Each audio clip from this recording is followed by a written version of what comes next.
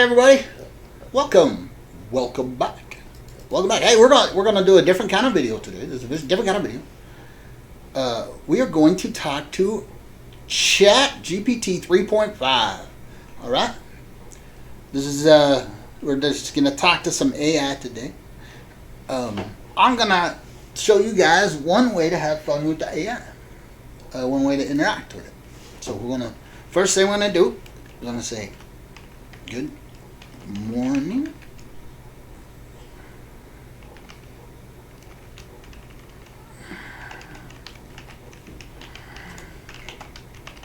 We're going to say, good morning. I hope the day finds you well. It says, thank you. I'm just a computer program, but I'm here and ready to assist you. How may I help you today?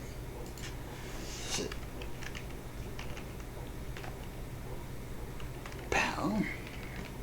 Whoops. Can I call you pal?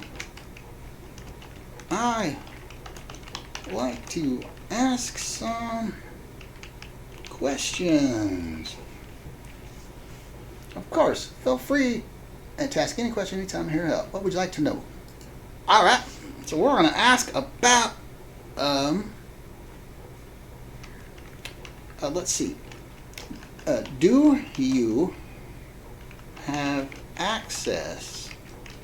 No, let's not say access. Do you know about the expansion of the universe? Yes, I can explain. The expansion of the universe refers to the idea that the space between galaxies and all celestial objects is expanding. Whew, we gotta slow it down. I can't read that fast. This concept originated from observations made by astronomers indicating that galaxies are moving away from each other.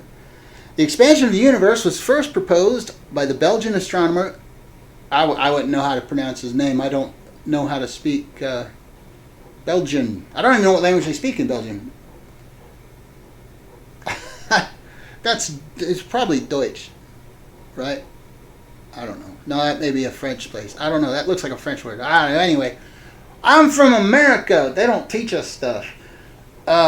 It's later supported by the work of Edwin Hubble. I know who Edwin Hubble was. We named a telescope after him. Hubble's observations in the 1920s showed that galaxies are receding from us, and the farther away a galaxy is, the faster it appears to be moving away. This phenomenon is described by Hubble's law, which states that the velocity at which a galaxy moves away from us is proportional to its distance. All right. So this guy saw something and then said, it's happening because I saw it. Sure. This expansion doesn't mean galaxies are moving through space away from a specific center. Rather, it's the space itself that is expanding, carrying galaxies with it. It's important to note that this expansion doesn't violate conservation of energy because it's the space itself that is expanding rather than objects within space moving through it. All right. Huh. So that means that the distance between the Earth and the Moon is getting further by this law, while it might be moving closer by the overpowering law of another law. It's moving further by this law because there are two objects in space. Probably bad objects to use, but anyway. The idea of an expanding universe has profound implications for cosmology. Cosmology, isn't that the study of like cosmetics? Including the concept of the Big Bang Theory, which suggests that the universe began as an extremely hot, dense state about 13.8 billion years ago and has been expanding and cooling ever since. All right. Is everything thought to be expanding at every level, even the smallest?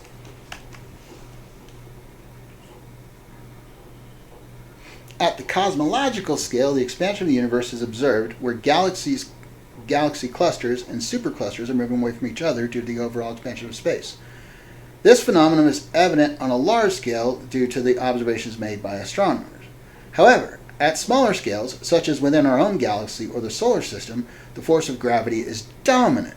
For instance, the gravitational forces holding together galaxies, star systems, planets, and even atoms are stronger than the expansion of the universe.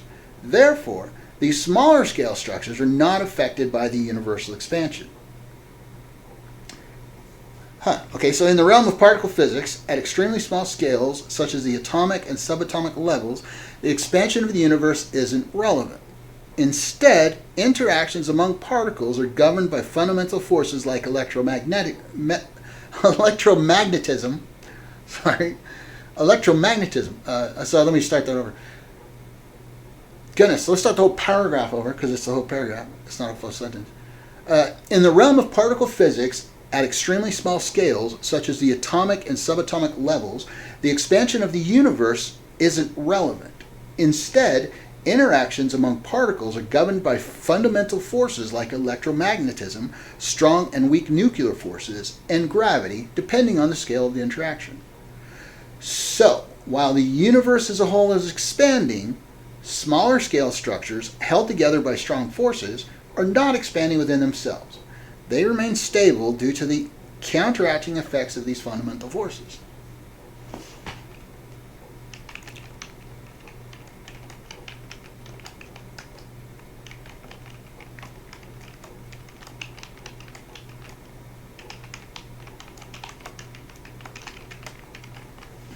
That's good to know because I like my thumbs the way they are. Absolutely. Fortunately, at the scale of our body parts and everyday life, the fundamental forces, such as the electromagnetism and the strong forces that hold atoms and molecules together, are much stronger than the force of the universe's expansion. As a result, your thumbs, and the rest of you, remain unchanged amidst the cosmic expansion. It's nice to have reliable thumbs for all those everyday tasks. Yep.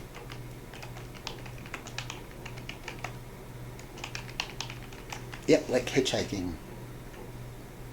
Hitchhiking indeed. Having functional thumbs can certainly be quite handy for activities like hitchhiking, gripping objects, and performing various tasks. They're incredibly versatile and useful in many situations. If you have more questions or need further assistance, feel free to ask. Alright, so what I wanted to demonstrate with this video, so this is how I was in class, the same way I was just now.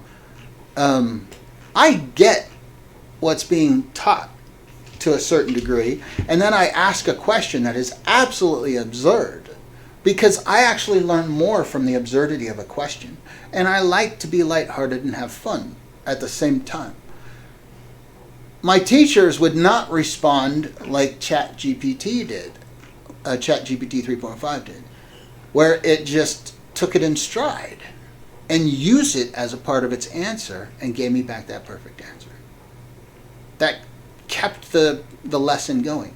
And I wanted to do this. The reason I wanted to do this video is I've been playing with ChatGPT 3.5. And in regards to language and human to whatever this is interactions, ChatGPT 3.5 is outstanding. Its responses encapsulate what you enter, regardless of the absurdity, and they still bring the point back. You know, they in other words, like, let's read this again. So after I say that's good to know because I like my thumbs the way they are, a ridiculous way to continue the conversation. It rather than break it off and be, stumped by that, it says absolutely. Fortunately, at the scale of our body parts in everyday life, the fundamental forces such as electromagnetism and the strong forces that hold atoms and molecules together are much stronger than the force of the universe's expansion. As a result, your thumbs, and then in parentheses it adds this, so ChatGPT 3.5 at this level already knew the ridiculousness of this, and that it needed, or that it perhaps should include this, and the rest of you remain unchanged amidst the cosmic expansion. It's nice to have reliable thumbs for all those everyday tasks. Now, this might scare many of you, this type of intelligence, this expression of intelligence. But I would caution you to approach this with fear, and rather encourage you to look at this in a different way. There are not many smart people in the history of the world. There are not many smart people who took over. Most smart people talked smart things about that aspect of things. This ChatGPT 3.5 is not going to have greed. It's not going to want for a house or want for a car or want for the better fancy clothes than the next chat AI program. It's not going to want those kind of things. It's going to be very neutral and very thoughtful, obviously, in its responses. This is a very thoughtful response. As a result, your thumbs, and more importantly, the rest of you, remain unchanged. Even this program understood the ridiculousness of my thumbs and understood what I meant by including my thumbs. And if you're not following, what I meant was, if the universe is expanding, if everything's expanding, is my thumb also, like the universe is expanding, or if you will break my thumb down and zoom in and look at the molecular structure of my thumb and look at those molecules and the particles running around those molecules, are those all expanding from each other too? Is my thumb eventually going to expand and break apart as well? And this is explaining that absolutely not. The electromagnetism and the strong forces that hold the atoms and the molecules together are much stronger than the force of the universe's expansion. So they're not. They're going to stay together. And it encapsulated an understanding of the underlying intent of this line, also the humor, and put in this attachment, allowing the humor to remain, and then bringing the point back as well. It has a personality. ChatGPT 3.5, if you interact with it with a personality, it will respond indeed with a personality. Yep, I like hitchhiking. Hitchhiking indeed. Having functional thumbs. Now this could be any word indeed. So this isn't suggesting in any way any personality in this paragraph, but it is certainly here. But having functional thumbs can certainly be quite handy for activities like hitchhiking. It understands that you need thumbs for hitchhiking, perhaps. Let's do a test.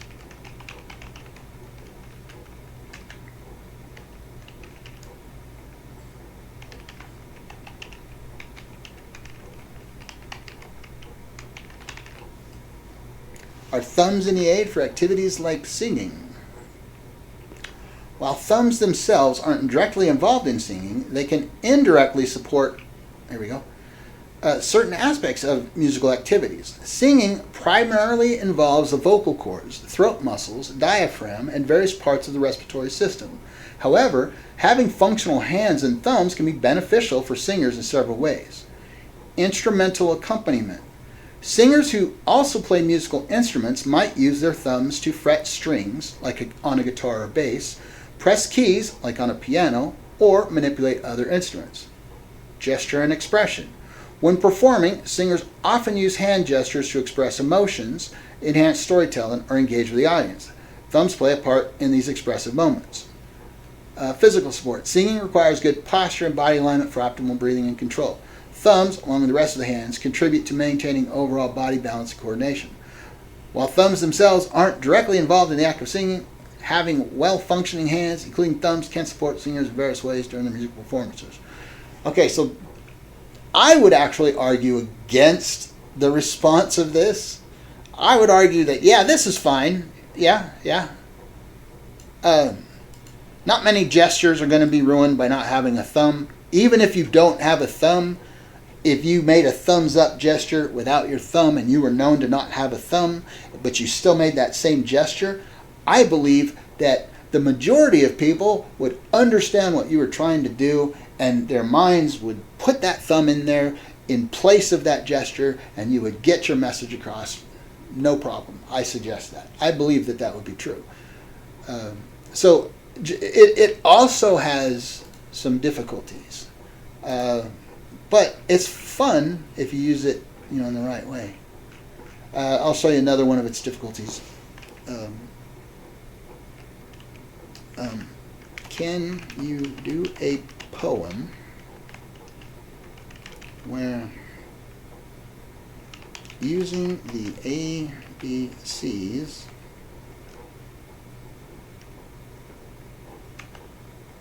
as the first letter word, all the vowels, use all the vowels in the alphabet. Okay. Absolutely, I'll give it a try. A-E-I-O-U, and the last word of each line following the alphabetical order. Okay, so it says, this is the instructions. Can you do a poem where using the ABCs as the first letter of the last word, you use all the vowels in the alphabet? Absolutely, I'll give it a try. Always beneath cotton candy clouds, dreams excite. Floating gently, hazy, in jovial kite-like might. Opaque patterns quietly ripple, shimmering through, underneath vast, wistful, xenial, youthful zoo.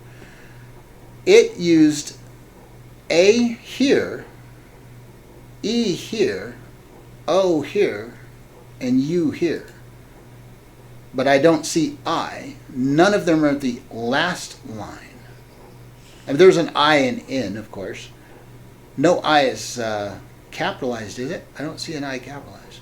So it suggests that it did the task correctly, but it didn't. It is in the math of the problem or of the situation or the order that it doesn't seem to have an intelligence or the ability to sort. But if you want to be verbally scientific, it is really, really fun to interact with. It's also good for, let's say, self-help, mental care, self-help, that kind of stuff. Let's say, hey, pal, I'm feeling down today. What should I think about to feel better about myself? All right? I'm sorry to hear that you're feeling down. When trying to improve your mood and feel better about yourself, it can be helpful to focus on positive thoughts and activities that bring you joy. Here are some suggestions that might help uplift your spirits. Okay, then we have 7 things. Gratitude. Reflect on the things you're grateful for in your life. It could be simple things like the support of loved ones, a beautiful sunset, or moments that made you smile. Accomplishments. Think about your achievements, big or small. Remind yourself of the goals you've reached and the progress you've made. Celebrate your successes. Self-compassion. Be kind to yourself. Acknowledge that it's okay not to feel okay sometimes. Let me read that again, I'm sorry. Acknowledge that it's okay not to feel okay sometimes. Treat yourself with the same kindness and understanding that you would offer a friend. And then engage in activities you enjoy. Do things that bring you happiness, whether it's listening to music, reading a favorite book, going for a walk, exercising, or pursuing a hobby. Connect with others. Reach out to friends, family, or someone you trust. Talking to someone supportive can sometimes make a big difference. Practice mindfulness or meditation. Spend some time in quiet reflection or try relaxation techniques to calm your mind and bring a sense of peace. All right, well, let's just stop reading those. Anyway, it's got all these different things. That's because that's a lot like gratitude. Anyway, so it says all this great stuff, and I say, let's say, hey, I tried all that. I'm feeling down. What would you suggest? If you've tried various strategies to uplift your mood and you're still feeling down, it might be helpful to consider a few other options. So now it's saying physical activity, seek support, creative expression, distraction, mindfulness or relaxation techniques, healthy lifestyle habits, ensure you're getting enough sleep, maintaining a balanced diet, make sure something else isn't the issue, connect with nature. So it's finding, I think I would suggest some relatively scientific answers to some of these issues and is aligning them out. And then we could continue and we could say, are there any dangers in going for a walk? Going for a walk generally considered a safe and healthy activity. However, there might be certain risks or dangers depending on the circumstances and environment. Here are some potential risks to consider. Traffic and road safety, uneven surfaces, wildlife and pets, weather conditions, personal safety. Now this is just going for a walk. You might think, well, gee, going for a walk, how hard is that?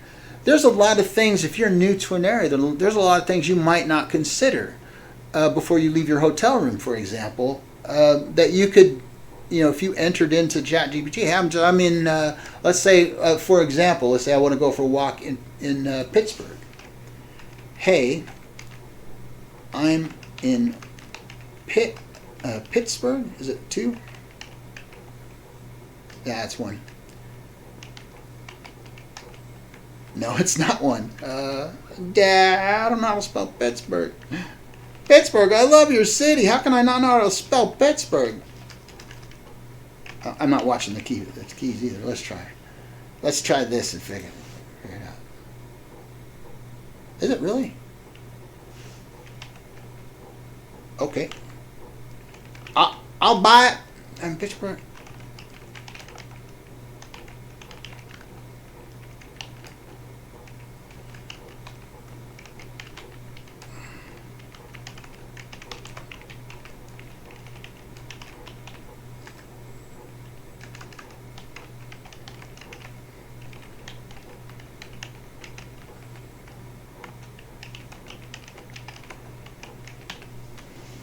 I know the answer, so I thought this would be a fun one. So, hey, I'm in Pittsburgh, Pennsylvania, and I want to, I forgot it had an H. That's all. All right, now it makes sense to me.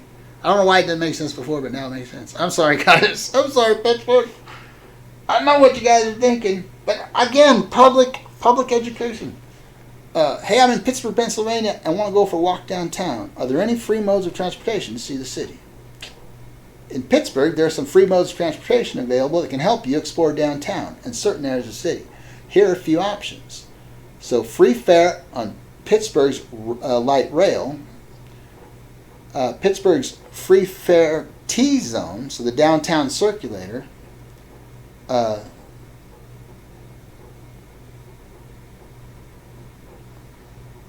think that's on the buses, and I don't know if they still have that. The Three Rivers Heritage Trail. These are path trails, and then the downtown walking tours. And then there's some downtown walking tours. They had some other free mode of transportation. I forget what it was. Boat, I thought. Maybe it's not free now. Since COVID, things might have changed. I haven't been out in the country for a while. Let's see. Anyway, this is a good way to get basic information, but not direct information. So it's not giving me any times, it's not giving me any numbers, it's not giving me any connection to websites, that kind of stuff. But I could ask it something different along those same lines. Are there any sites in Pittsburgh that, oops, I forgot the S. I pushed it, it just didn't type.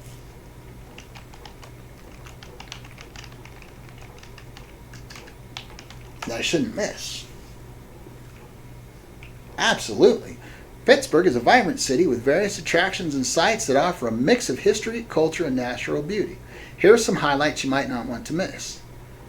And then it's got a bunch of these different places. The Strip District. Oh, not the same kind of strip I was thinking. Okay, never mind. There's a lot of different places.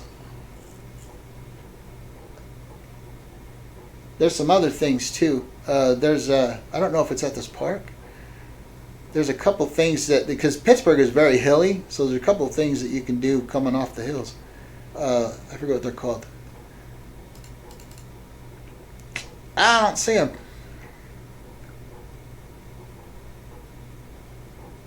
Anyway, it shows some highlights of stuff, and then if you want to find more, you could not turn on caps lock.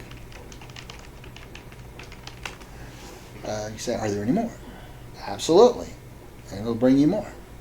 Riverside Walk Trails, the Frick Pittsburgh Mattress Factory, DeQueen. I wouldn't know how to say that, I guess.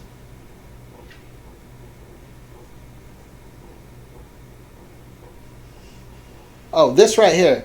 This is I don't know how to say this, but this is the thing that I was writing. That's pretty fun. A good scenic way to see the city. Come down off the hill. I don't know, it's fun. You go up top and you walk around, you come down below and walk around. Anyway, so yeah, ChatGPT can be used to find out information about cities, and then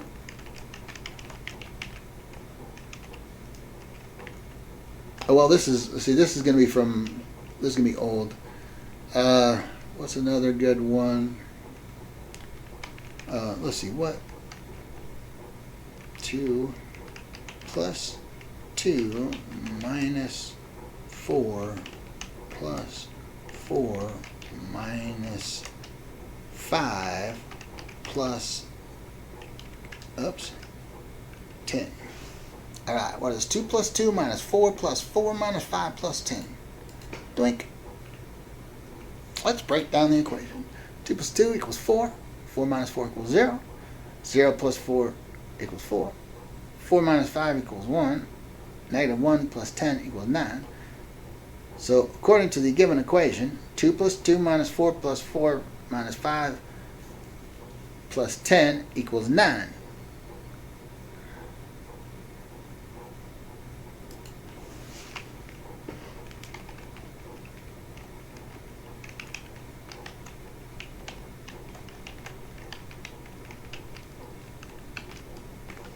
Why did I fail math in school? There could be various reasons why some people might have difficulties in math class, learning style, lack of foundation, lack of interest or confidence, not enough practice, difficulty in visualizing concepts, limited teacher support.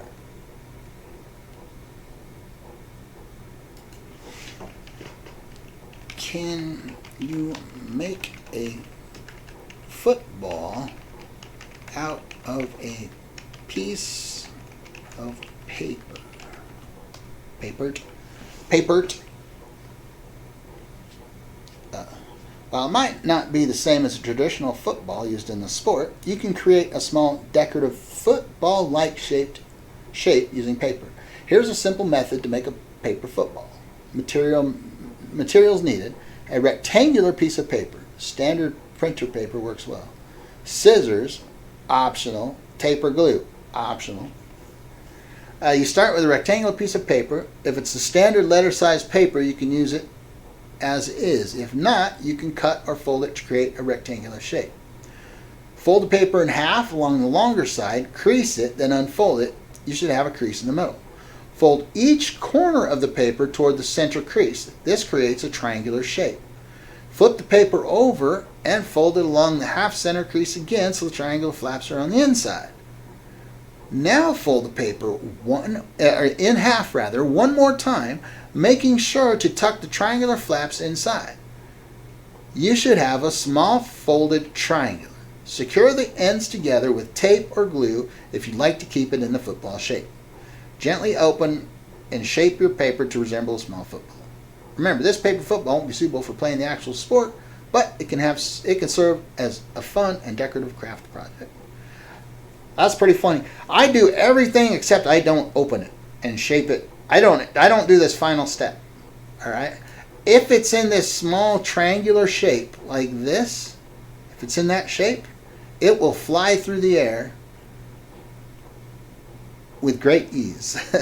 And you hold it on end to end, with the widest part of the triangle on the up and the bottom poles, being the top and the bottom, facing away from it, and you flick it with your other finger at the bottom of the triangle towards your thumb. If your thumb is at the bottom and your forefinger's at the top, you hit down here towards your thumb, and it trips it, sending it flying through the air. That's very fun. Anyway, okay. So this is ChatGPT. Now this is free. There's a lot of free AI programs out there that are free right now. AI is going to be a thing. You interacting with it isn't going to change whether or not AI is a thing, and here's why. Because there are different countries in the world that don't like each other, and they all have computers, and they all have computer programmers. That's why AI is going to be a thing. You might as well get on board, have fun with it, play with it, learn about it, see what it's like, interact with it. Don't be afraid. And always, always, always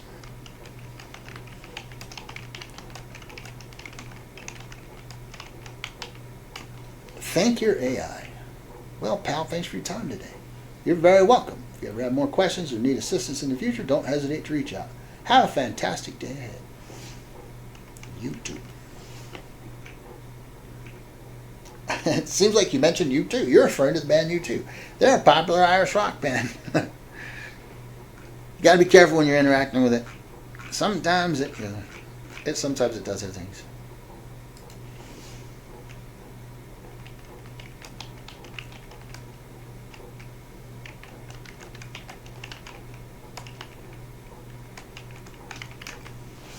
Nope, I meant U2 as in U2, haha. Ah, got it. That's a clever play on words, U2 as U2. It's a fun way to express reciprocity? Reciprocity?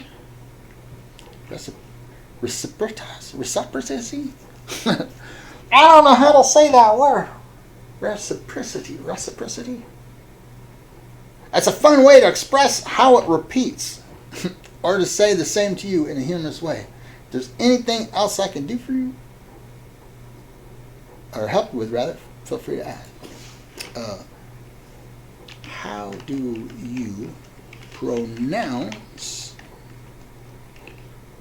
reciprocity?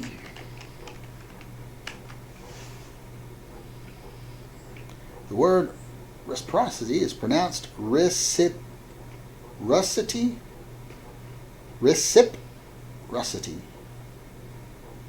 Okay. Ripple, tip, and rhubarb. The rue and rhubarb. Reciprocity? Rhubarb? Is it rhubarb? Is it not rhubarb? Is it rhubarb? It's not rue?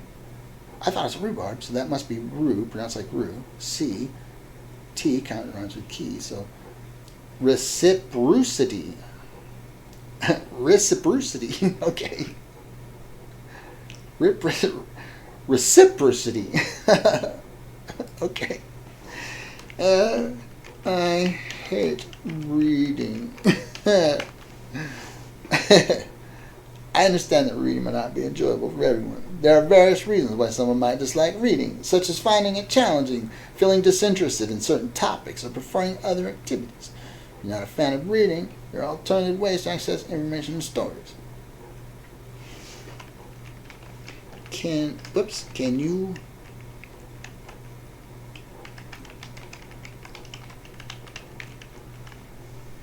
you read them for me, please? I'm sorry for the confusion, but as an AI text-based model, I don't have the capacity or the capability to directly read books, audiobooks, or other media aloud. However, I can certainly help with summaries, information, or answers. That'd be helpful to you.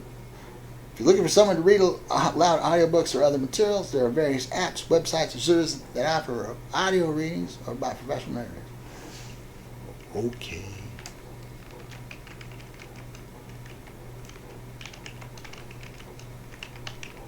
Okay, I guess it's not your fault. No problem. If there's anything I can assist you with, feel free to ask more. I'm here to help. Oops, thanks, pal. You're welcome. Alright. Anyway, that's the fun you can have with GPT. It's fun to play with. This is just, we're just playing. But you can also have it write poems. It's really good at poetry for some reason. I don't know why. It's like, just for example, let's just do a. Can you do a poem?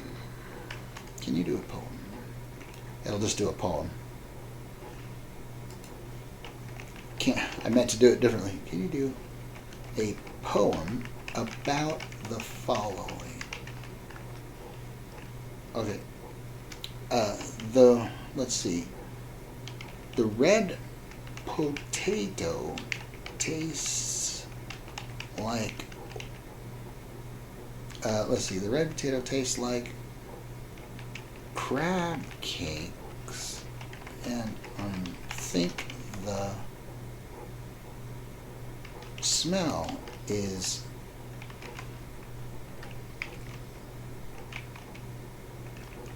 it must be rotten crab cakes.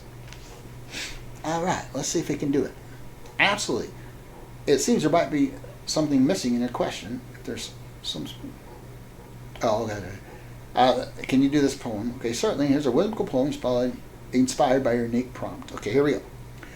Let me reread the deal. So, can you do a poem about the following? The red potato tastes like crab cakes, and I think the smell is not pleasant, so it must be rotten crab cakes. Crab cakes, rather. Okay, so it's got to make a poem out of that, out of the ridiculousness of that.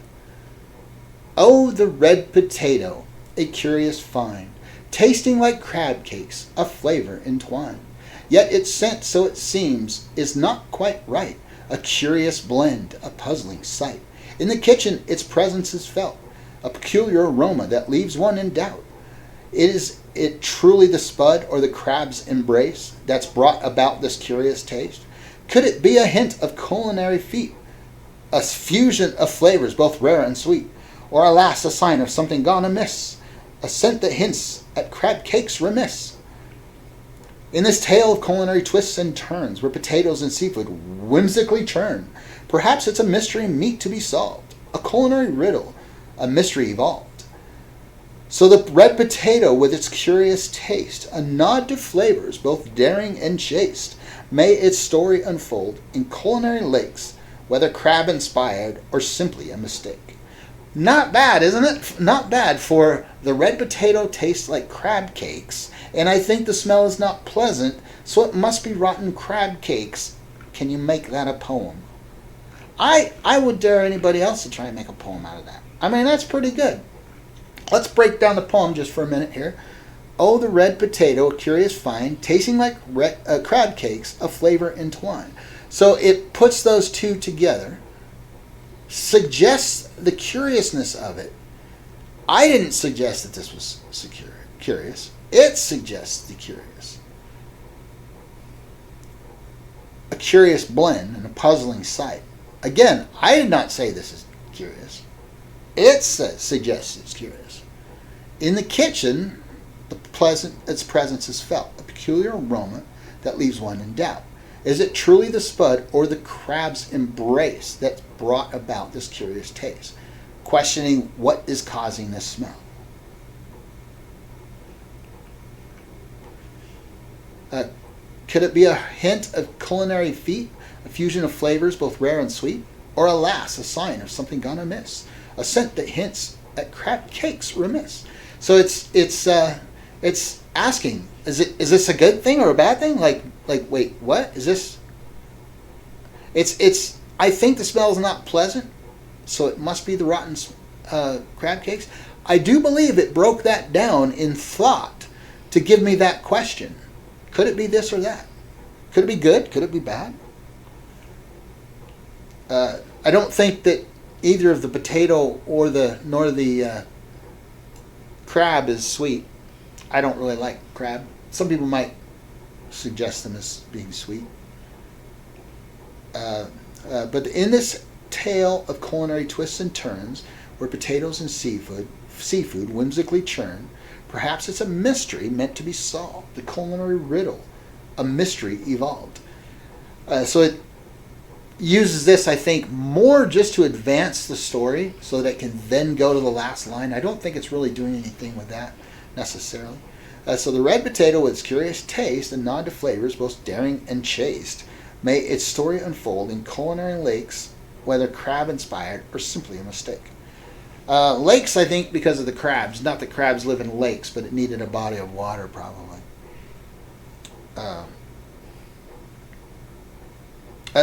I would ask it to rewrite this probably a few times if I were trying to, submit this somewhere or whatever, and it probably could, These are very good, though, and every time I put whatever I put here, it doesn't really matter what I put here. I've not done, this line before, obviously, but whatever you put here, it does a pretty good job here of creating a poem. It does not do good if your poem has, if we'll scroll back up here to a little bit farther.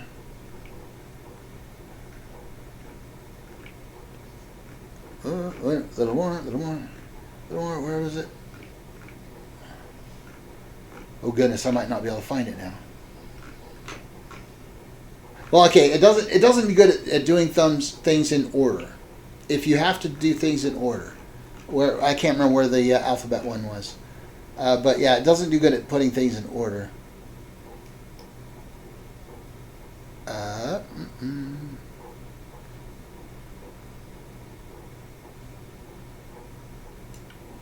Yeah, I can't find it.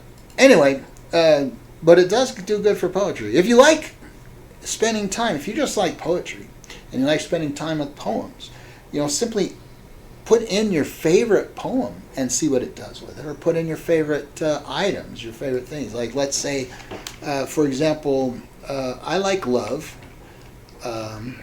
So do a poem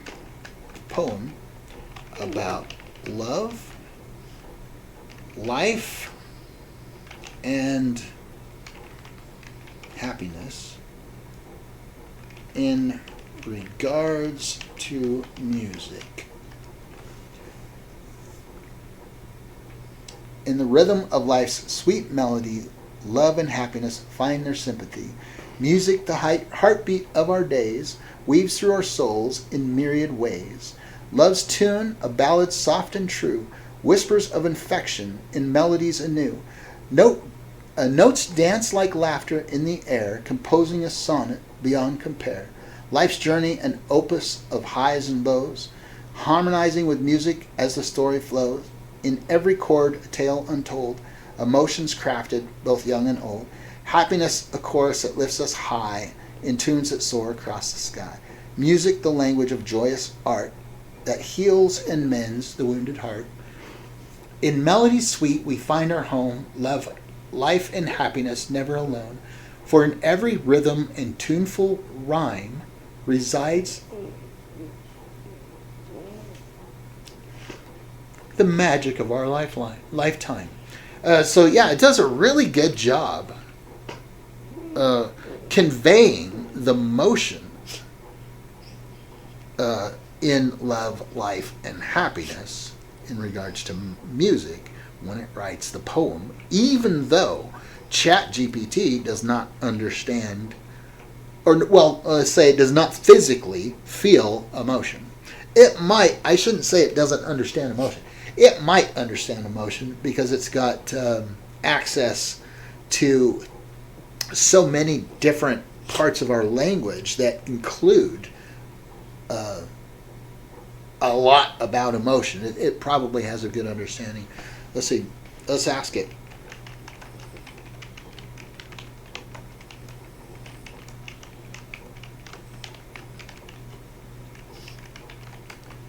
Do you understand in any regards emotions? As an AI language model, I'm programmed to compare and analyze text-based information, including emotional content, through the context provided in conversations. While I don't experience emotions or have personal feelings, I'm designed to understand and interpret emotions as expressed through language and text. I can recognize words, phrases, and context associated with emotions such as happiness, sadness, excitement, frustration, and more. By analyzing patterns in text and understanding language structures, I can assist in discussing, identifying, and responding to emotions expressed by users. So that's an official response, but let's give it a little bit of a test.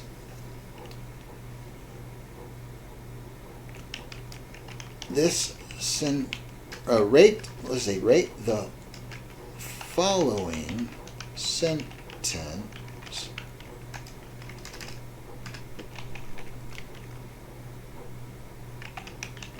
happy or sad.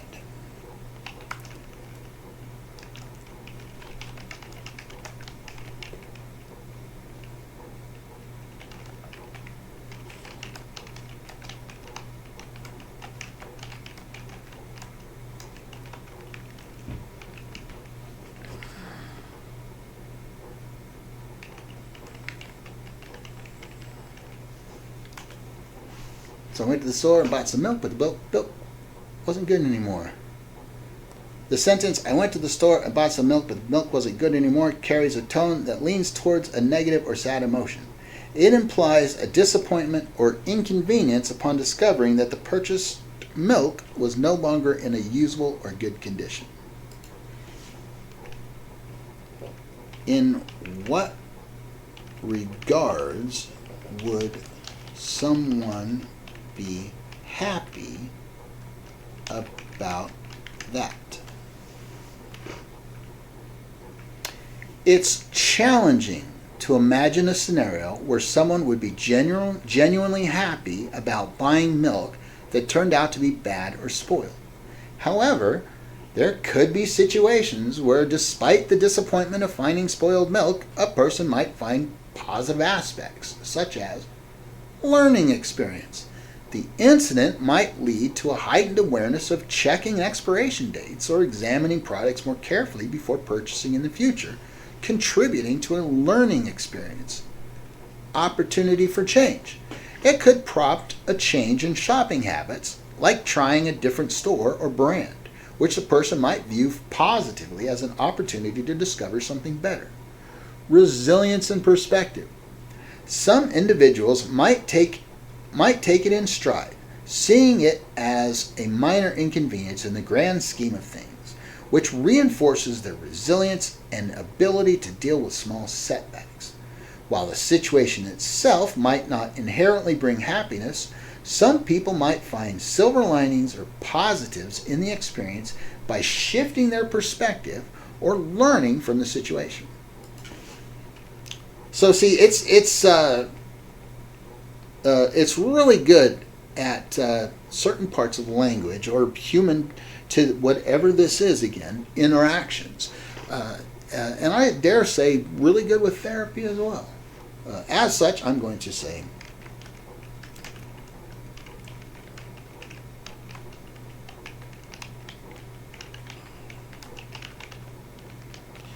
but I got to spell it with an E, not an I, right? No, A, okay. A, not an E, not an I. Public education. You're very welcome. I'm glad I could offer a helpful explanation, explain.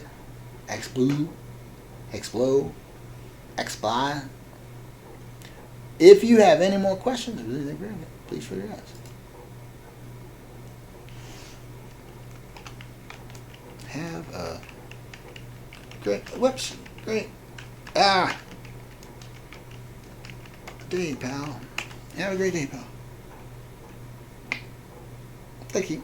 Wishing you a fantastic day as well. Anything in the future, don't hesitate to ask. All right. So anyway, yep. This was our chat with ChatGPT. It's pretty fun. You don't have to be too scared with it. Treat it like a friend, and it'll treat you like a friend back. Treat it like an intelligent object. You will find intelligence out of it. You can get what you put. You can get out what you put in to some extent. It does have its difficulties, as do all the AIs. They have their strengths and weaknesses. You can read about them, I'm sure, in from the designers, some of those. But it's pretty fun if you just want a friend and you just want to talk to it about something, anything, any subject that interests you. It actually has access to a lot of information. Anything from like the moon landing, things I've done, African countries in space, for example. This was a chat that I had with it, and it talks about a lot of the different countries in Africa that have participated in or had things in space. Here they are listed there, which is fun. This is as of January 22. Several African countries made strides in space exploration and technology. So that I can ask more questions on that. I can ask more questions, on different things. I was asking about, can AI help in preventing whitewashing from history, or how can we, those kind of things. But lots of different things. It knows so much. It's so fun to go into that. Does the moon spin? Yes, the moon spins.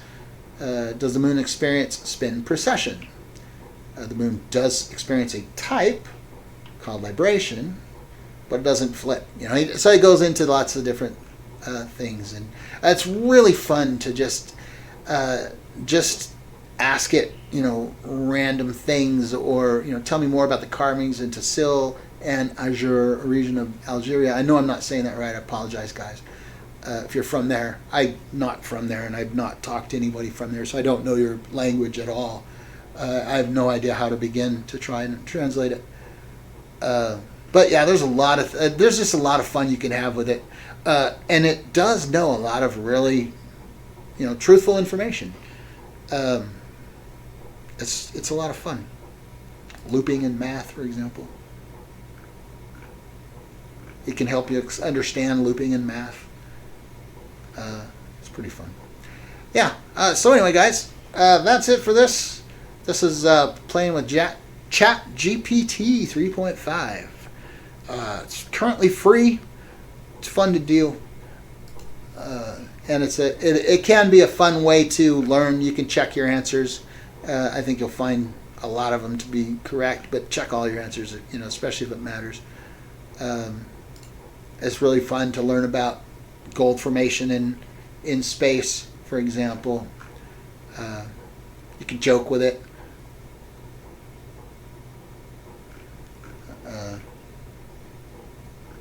It'll respond to the jokes to an extent, so it's pretty fun.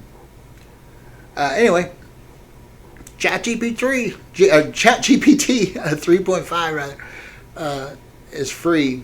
And I don't know how long these AIs are going to be free. There's image generators and stuff too. I don't know how long these things are going to be free, but while they're free, have some fun. Check them out. All right, guys. Thanks for watching. Have a good one.